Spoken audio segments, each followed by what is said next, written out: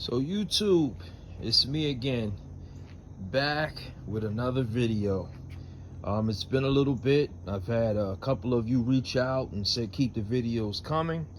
As long as you own a Maserati, I'll tell you that the videos will keep coming, because no matter what you do, something will always break. That being said, there's a fellow YouTuber that I have listened to who said, no matter what, this car is worth it. And I'm going to emphasize that fact. No matter what, this car is worth it. I had finally got everything all dressed up, just to kind of keep you up to speed. I told you I actually ordered this car from California, from Burbank to be exact. I didn't want a car that was local, that had seen snow. So this car actually spent the majority of its life in Cali, and then like 2 years of its life in Arizona.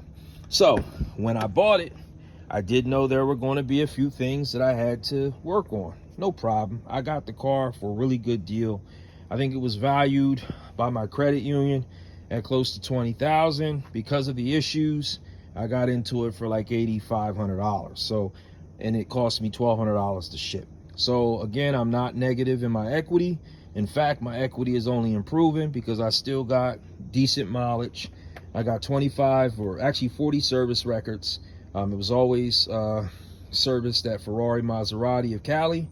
And I have detailed Carfax, and this car was never in an accident. This is the Executive GTS. So the more I do to it, the way I'm looking at it, the more value that'll have. So I took this car for a spin for the first time after doing all my work about 4 days ago. And let me tell you, exhilarating cannot describe what I felt driving this car. You can feel the power. It handles extremely well. The steering is really tight. Even with the low profile wheels, it still worked for me pretty good. I do have some rubbing up front, and I do think I'm actually going to have to get a smaller tire, but it doesn't bother me. You know, I don't plan on driving this thing a whole lot, but again, I couldn't describe to you the acceleration on this thing. It runs good. The exhaust, the sound that attracted me to wanting to buy this car in the first place is everything that I ever expected. You're not buying this car for the radio. You know, you're not buying this car for the comforts. I mean, maybe you are. I didn't. I bought it strictly for that motor and the ride, and so it satisfied me. Now, to keep you updated, I did obviously have an issue with that temp controller right there. That has been fixed. The original temp control on this was broken. So when I bought it from the dealer told me that the radio wasn't working, and they told me that the temp controller wasn't working. Both of those issues have been resolved. After fixing the radio and replacing the temp controller, I still got no sound. If you look at my previous video, I showed you someone cut it out, installed an Alpine unit, and there was wiring galore tied into the main harnesses. You know, I really didn't have time to figure it out. So to take you to what I decided to do was, there's a Bose amplifier that actually sits behind this deck here. And so I said, okay, maybe it's the Bose amplifier. I found a local junkyard that had one. I purchased it only to find out that that was not the problem. So rather than continue to try to deal with that, and you got to forgive me for my mess, you always got to have a trickle charger with one of these. In fact, if you go on Amazon, this moto charger is like 12. I bought like 4 of them. I use one for my Corvette, my motorcycle, my Benz, and the Mazda. They work exceptionally well, so I would recommend you going on there. It actually, you know, it has the digital display. It's a smart charger. It comes with like 3 or 4 types of connection types, so I definitely want to recommend that. Now, what I'm currently using is a 12-inch audio pipe sub. This thing hits. You're gonna laugh at me later, but I'm a Sony Explode guy. When I used to build these systems, I swear Sony Explode has like 10 times the power output that they actually put on the amplifiers. They hit hard. So I do plan on installing a boost controller and a capacitor that aren't currently in this car, but this, to keep this short, this is what I'm currently using. Now, I will tell you, I am thinking about cutting out box port. As you all know, the trunk space in these cars is very limited. Again, I didn't buy this for the trunk space, but my Corvette, I was actually able to put the subwoofer in the floor, so it doesn't take any trunk space. And when I look at these angles, they're going to be really easy to cut in fabric. So I think I'm going to do the same thing. I'm going to build the sub in the floor just to give me that flexibility in the event that I need it. So let me remove this. Okay. And this is just a general update. Just to show you what I've had to do thus far. This thing is heavy. Oh, forgive me. I'm not a camera guy, so I won't be editing any of these videos. They'll be raw and uncut just like I do them. So that's an audio pipe. Really nice. I actually got that at a yard sale for like 10 bucks. So, and it hits hard. And it came with a fire extinguisher that I still do have. So, I'm gonna open this up for you. All right.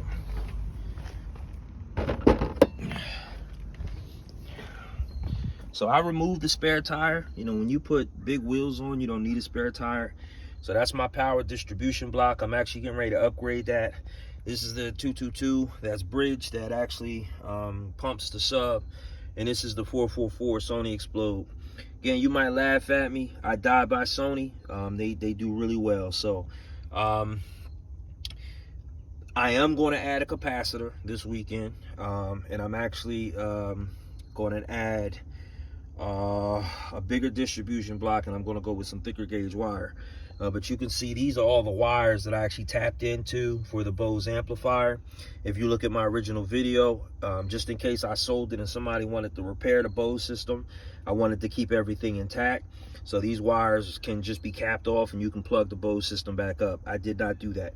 Now, I will say this as a Maserati enthusiast.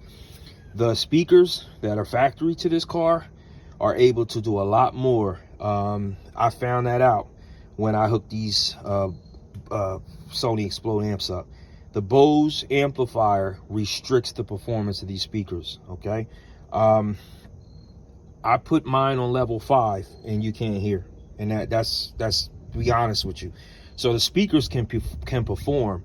It's the factory amplifier that can. So, you know, my suggestion to you, this was not a hard job to do. This resolved my sound issue. Clearly, there's an issue. It wasn't an issue with the amplifier. I think on the original video I explained to you, the bottom unit for the radio, that's what went. So I bypassed that completely. So right now I just have radio running directly to amps that are connected directly to the door. That's my setup. So again, I drove this vehicle the other day. It was an amazing drive. But as I'm looking to see how fast I was going, I realized something. Nothing was working, right? So if you see here, I had to remove the entire instrument panel. Now, not to talk you to death, the only video that I found with the instrument cluster was for like a Gran Turismo. This is not the same as a Gran Turismo, okay? The Gran Turismo involved you taking these clips off, taking the side panel off. This was actually a fairly easy process. This right here is an Allen. You have one on each side. That's a 4.5 mil or 4.5 metric.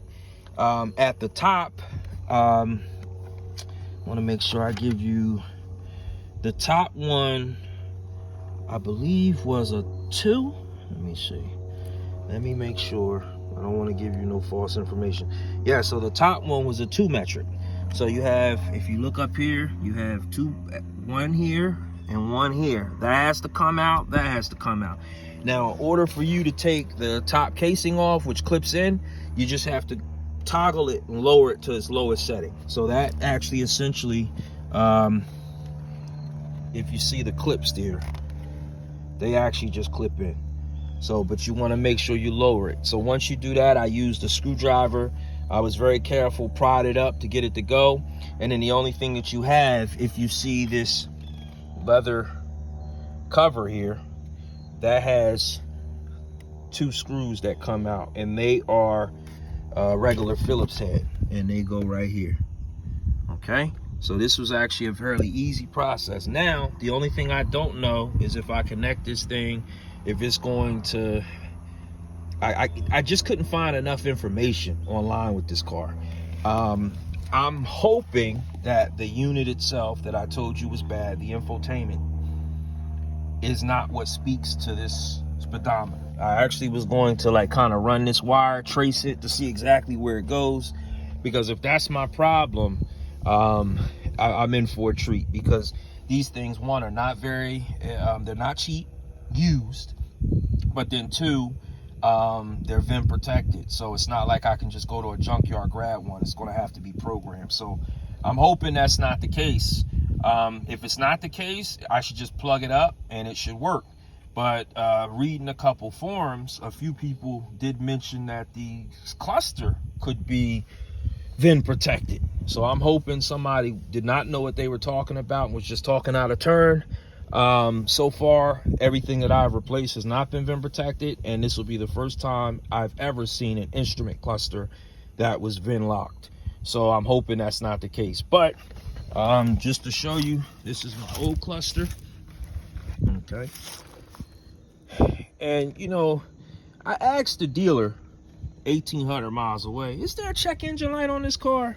And I can't get mad at him, because there wasn't a check engine light on the car, because the check engine light didn't work. So this is the part number that I got. Now I will say this, looking online at these, a lot of people complain, especially with electrical issues, that the speedometer was affected. So again, I was able to buy one. I got this on eBay. It had 60,000 original miles on it. I made sure that they sent me a video of it working prior to purchasing. And they actually, I ordered it 2 days ago and it's here today. So I'm excited about that. There is a scratch on the front cover. That's okay, because if you see my front cover, there's no scratches. So all I'm gonna do is swap it. So that's the one that I have, even though now I'm looking at it, looks a little different.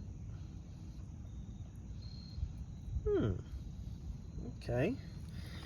It looks, I mean, it's got the same.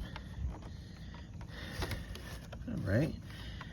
I'll check the wiring to see what's going on with this, but what this does, so that's LEDs here. I don't know what those would have been for. Maybe somebody added that, because it looks like it was drilled out. That doesn't look clean like factory. It does look like maybe somebody drilled and added some lighting to that. So hopefully I'll check this wiring, it connects right up, because this actually came from a 2008. When I looked on the website, there were some vendors that 2006 to 2014 or 2012, 2006, 2012. But again, I just said, let me verify. So this is 238578. This is 250887. 13.5. It's 1.13.